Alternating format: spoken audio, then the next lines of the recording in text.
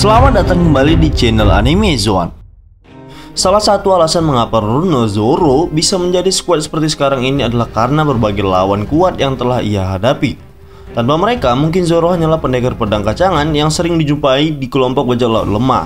Selama time skip, kita semua mengetahui bahwa ada satu orang yang sangat mempengaruhi perkembangan kekuatan Zoro, yaitu Dracul Mihawk, yang merupakan sosok yang berjasa dan bisa dibilang sebagai guru dari Zoro, namun juga sekaligus menjadi rival yang akan dihadapi Zoro untuk menjadi pendekar pedang terhebat di dunia. Nah, menurut kami ada 4 orang yang secara tak langsung menjadi guru bagi Zoro dalam membantu perkembangannya untuk menjadi lebih kuat. Siapa sajakah mereka? Berikut daftarnya. Namun seperti biasa, sebelum masuk pembahasan, silahkan klik tombol subscribe dan aktifkan notifikasinya agar kalian tidak ketinggalan informasi dan teori menarik seputar dunia One Piece dari channel Anime Zone. Kalau sudah, terima kasih.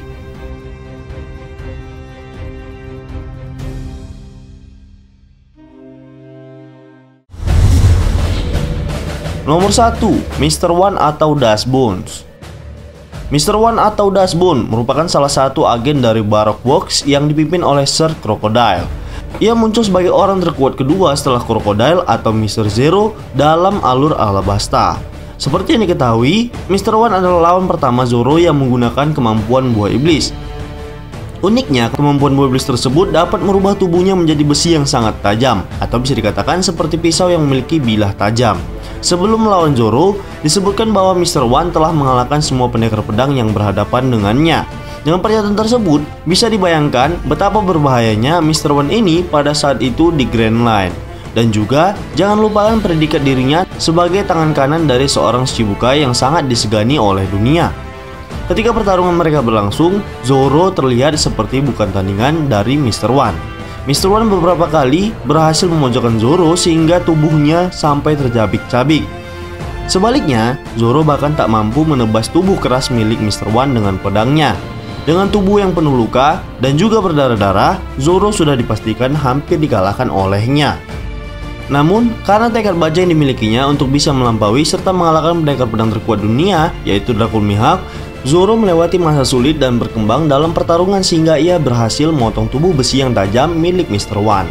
Nah, secara tak langsung, Dustbone membentuk perkembangan Roronoa Zoro untuk membantunya menjadi lebih kuat. Meskipun pada intinya, semua itu kembali kepada tekad Zoro. Jika ia pada saat itu menyerah karena lawan yang dihadapinya lebih tangguh, maka ia tidak bisa menjadi lebih kuat seperti sekarang ini.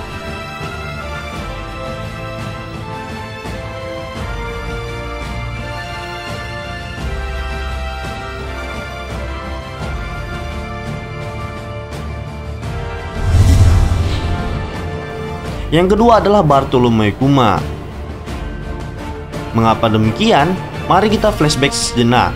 Setelah pertarungan melelahkan melawan Ors dan Gecko Moria dalam alur Trilbak, kelompok topi jerami masih belum bisa bernafas lega akibat mereka didatangi oleh salah satu Shichibukai terkuat, yaitu Kuma, yang berusaha untuk menangkap Monkey D. Luffy. Sebagai teman dan rekan pertama dari Luffy, pada saat itu Zoro mencoba menghentikan Kuma dengan mengorbankan nyawanya demi kaptennya Luffy.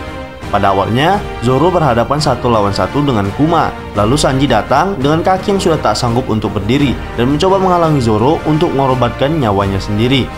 Namun pada akhirnya, Zoro memukul Sanji dengan gagang pedangnya dan membuat Sanji pingsan. Sehingga hanya Zoro saja yang masih sadar dan berhadapan langsung dengan Kuma.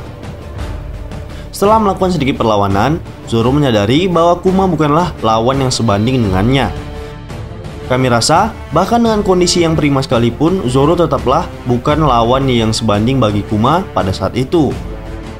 Kemudian, ia pun bersedia mengorbankan dirinya sebagai ganti dari nyawa Luffy. Kuma sendiri yang juga merupakan seorang pasukan revolusioner sekaligus teman dari ayah Luffy, Monkey D. Dragon, merubah niatnya untuk tidak membunuh Zoro, melainkan memberikannya sebuah tes untuk membuktikan kesetiaannya kepada sang kapten. Kejadian tersebut tentu saja sangat membekas bagi seorang Roronoa Zoro seumur hidupnya. Meskipun ia kalah dari Kuma, kejadian tersebut membuatnya terus termotivasi untuk bisa menjadi lebih kuat sampai ia bisa seperti sekarang ini. Selain itu, Kuma juga berjasa bagi Zoro karena dialah yang menerbangkan Zoro hingga tiba di tempat Mihawk, yang justru merupakan orang yang sangat ingin dikalahkannya.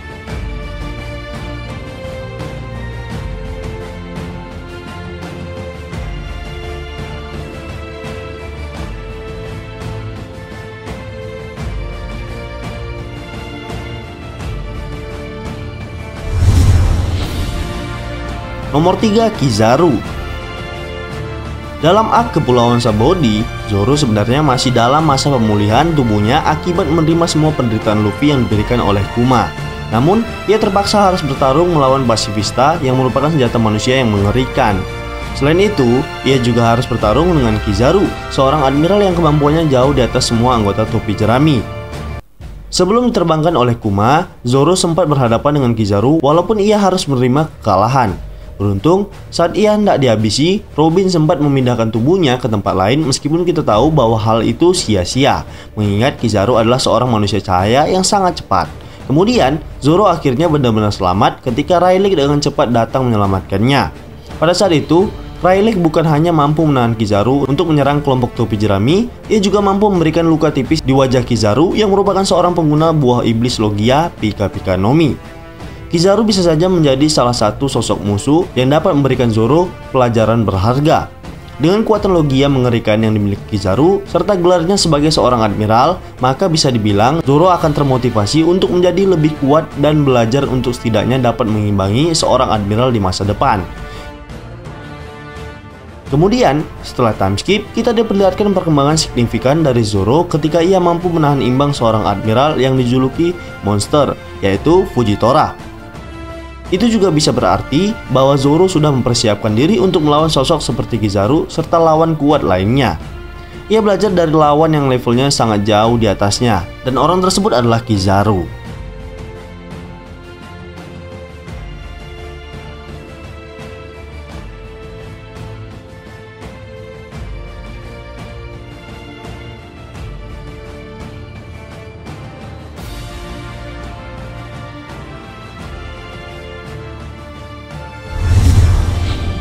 Nomor 4, Mihawk. Tentu saja Mihawk adalah musuh yang sangat dominan sebagai guru dari Zoro dibandingkan yang lainnya. Ia secara terang-terangan membantu Zoro berkembang, meskipun ia tahu bahwa tujuan Zoro untuk belajar menjadi pendekar pedang sejati adalah karena ingin mengalahkannya. Sejak awal, Mihawk memang memegang gelar pendekar pedang terkuat di dunia. Zoro pernah bertemu dengannya dan menantangnya berduel, meskipun akhirnya ia harus menerima kekalahan yang telak. Dari pertarungan tersebut, ia belajar untuk tidak sombong dan selalu mengembangkan dirinya sampai menjadi lebih kuat dari siapapun pendekar pedang di dunia. Mungkin tanpa adanya seorang Mihawk, Zoro hanya akan menjadi abang-abang pemotong daging yang sombong dengan kemampuannya yang gak seberapa itu. Nah, uniknya, Mihawk yang pada saat itu merasa bosan karena sudah tak memiliki rival bertarung lagi, menunjukkan minat kepada Zoro dengan memberikan nasihat untuk menjadi lebih kuat dan bertarung dengannya di masa depan. Hal ini seperti sudah ditakdirkan bahwa Mihawk akan menjadi guru Zoro itu sendiri ketika mereka benar-benar bertemu. Kemudian, Mihawk menjadi guru Zoro saat menjalani masa pelatihan selama 2 tahun. Tentu saja, Mihawk tidak sembarangan dalam menjadikan seseorang sebagai muridnya. Namun melihat tekad yang sangat kuat dari Zoro, serta rela membuang harga dirinya demi seorang teman, Mihawk pun menerimanya sebagai seorang murid. Dan kami juga meyakini bahwa Mihawk mempersiapkan Zoro untuk menjadi rival bertarungnya di masa depan, menggantikan seorang Shanks yang sudah nggak bisa cebok lagi.